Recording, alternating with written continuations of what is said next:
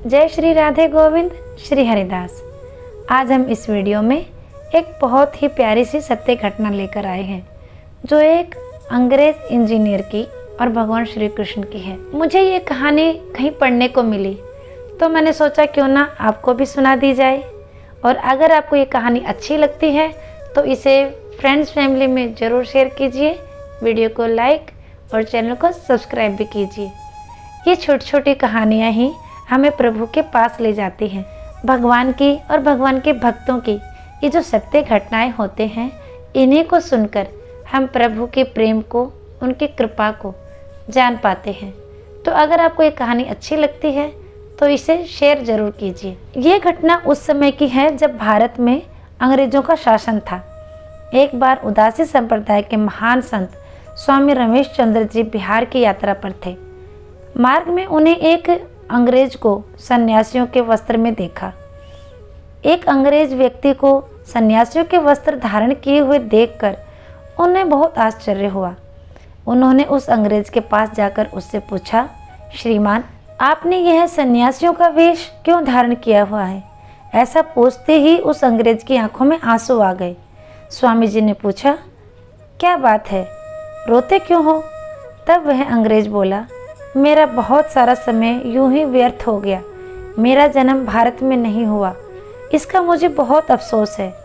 आगे उस अंग्रेज ने बताया उसके जीवन में जो यह परिवर्तन आया है वह उस पर भगवान की एक विशेष कृपा है। स्वामी रमेश चंद्र जी ने उससे पूछा, क्या आप बता सकते हैं कि आपके जीवन में ऐसी कौन सी घटना घटित हुई जिसने आपके जीवन को परिवर्तित कर दिया? तब उस अंग्रेज ने बताया कि मैं एक इंजीनियर था। मुझे इंग्लैंड से बिहार में एक बांध बनाने के लिए भेजा गया था।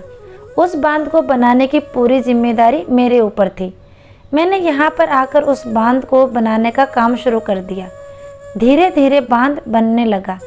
बांध अभी कमज़ोर ही था कि एक दिन बहुत ज़ोर से मूसलाधार बारिश होने लगी।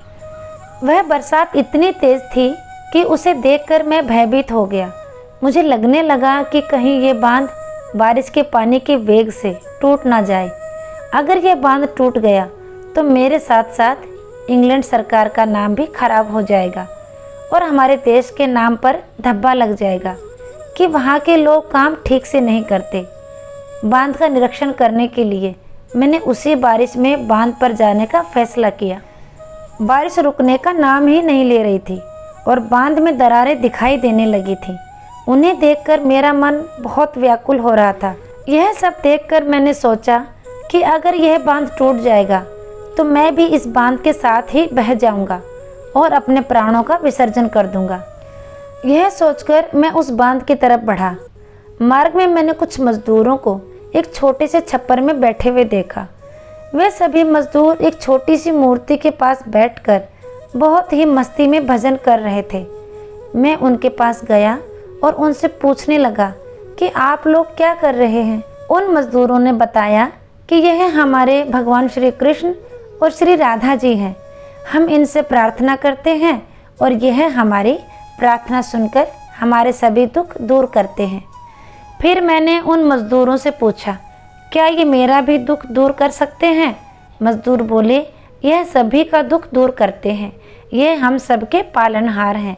इनका तो काम ही है सभी का दुख दूर करना। आप हाथ जोड़कर इनसे प्रार्थना कीजिए, यह आपकी भी पुकार अवश्य सुनेंगे।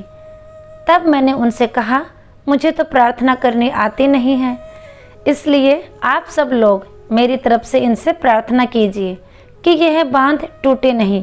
अगर इस बारिश में यह बांध टूट गया तो मैं भी जी नहीं पाऊंगा। वे मजदूर बोले, हम भी प्रार्थना करते हैं और आप भी प्रार्थना कीजिए। इसके बाद मैं आंखें बंद करके भगवान श्री कृष्ण और श्री राधा जी से प्रार्थना करने लगा। थोड़ी देर बाद जब वह सत्संग पूरा हुआ तब उन मजदूरों ने मुझसे कहा, आप बिल्कुल चिंता मत कीजिए, भगवान सब भला करेंगे। मजदूरों की बातें सुनकर मुझे कुछ तसल्ली मिली, लेकिन कुछ देर बाद मैंने देखा कि शाम होने लगी थी और अब तो बारिश भी पहले से तेज हो गई थी। ऐसी भीषण बारिश को देखकर मेरा दिल बैठा जा रहा था। इस बार मैंने पक्का निश्चय कर लिया था कि अब यदि यह बांध टूटने ही वाला है तो मैं भी इस बांध के साथ ही बह जाऊंगा और इस बांध के साथ मेरा भी अंत हो जाएगा। यह सोचकर मैं उस घनघोर बारिश में उस बांध के ऊपर चढ़ गया और बांध के बीच में जाकर खड़ा हो गया। कुछ ही देर बाद मैंने देखा कि बांध के नीचे दो छोटे बालक मिट्टी से खेल रहे हैं। उन्हें इस प्रकार खेलता देख मुझे बहुत आश्चर्य हुआ। उनमें से एक बालक गोरा था और एक बालक सांवला था, जिसने मोर मुकुट पहन रखा था। मैंने उन दोनों बालकों को जोर से चिल्लाकर कहा, यहाँ से चले जाओ, बांध के पीछे पानी बढ़ रहा है, यह बांध टूटने वाला है, तुम दोनों पानी में बह जाओगे। लेकिन वे दोनों बालक मेरी बात सुनने को तैयार नहीं थे। वे दोनों बालक मिट्टी उठा उठाकर बांध की दरारों में भर रहे थे। मैंने बार बार चिल्लाकर उन दोनों बालकों को वहाँ से चले जाने को कहा, लेकिन वे दोनों बालक मेरी बात ही नहीं सुन रहे थे।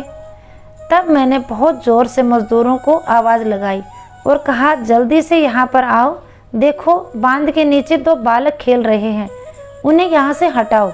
मेरी आवाज़ सुनकर सभी मज़दूर दौड़ते हुए मेरे पास आए। तब उन्होंने बांध के नीचे देखा तो उन्हें वहाँ पर कोई दिखाई नहीं दिया। मज़दूर बोले, साहब वहाँ बांध के नीचे तो कोई भी नहीं है, आप किसे हटाने के लिए कह रहे हैं? मैंने उनसे कहा कि क्या तुम्हें वहाँ नीचे दो बालक मिट्टी में खेलते हुए दिखाई नहीं दे रहे? मज़दूर बोले, नहीं साहब, हमें वहाँ कोई भी दिखाई नहीं दे रहा। मैंने कहा, ध्यान से देखो, वहाँ दो छोटे बालक हैं, एक सांवला है और एक गोरा है, और उन्होंने मोर मुकुट पहन रखा है। मज़दूरों ने फिर से कहा, नहीं साहब, हमें वहाँ पर कोई बालक खेलता हुआ नहीं दिखाई दे रहा। मैंने कहा, ऐसा कैसे हो सकता है? जब वह बालक मुझे दिखाई दे रहे हैं तो तुम सभी को क्यों दिखाई नहीं दे रहे?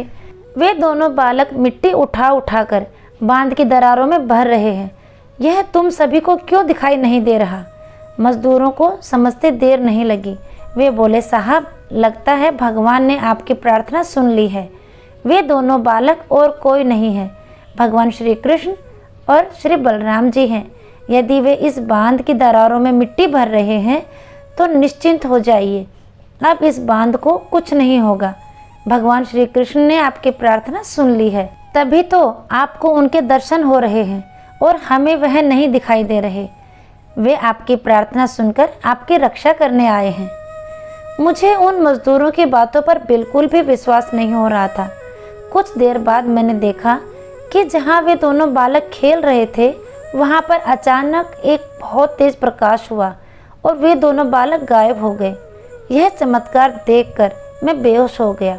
मेरे बेहोश होते ही वे सभी मज़दूर मुझे उठाकर मेरे बंगले पर ले आए। जब मुझे होश आया तब तक सुबह हो चुकी थी। सुबह मुझे मालूम हुआ कि पूरी रात बहुत तेज़ मूसलाधार बारिश हो रही थी और ऐसी भीषण बारिश में भी वह अधपका बांध जस के तस खड़ा था, उसे कुछ नहीं हुआ था। ऐसी भीषण बारिश में उस अधपके बांध का टिके रहना असंभव था। यह भगवान श्री कृष्ण की ही कृपा थी जिससे उस बांध को कुछ नहीं हुआ।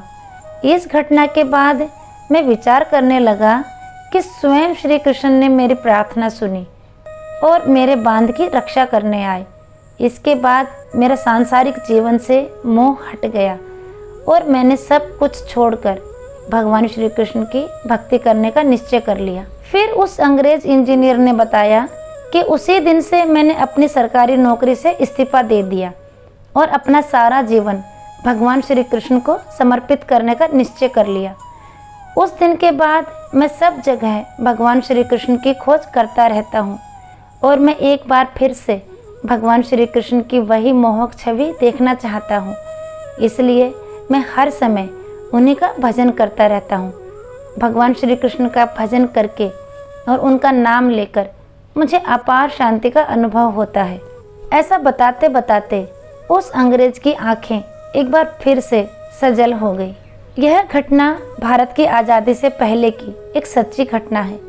इससे हमें यह पता चलता है कि यदि हम भगवान को सच्चे हृदय से पुकारते हैं तो भगवान अपने भक्तों का मान रखने किसी न किसी रूप में अवश्य आते हैं।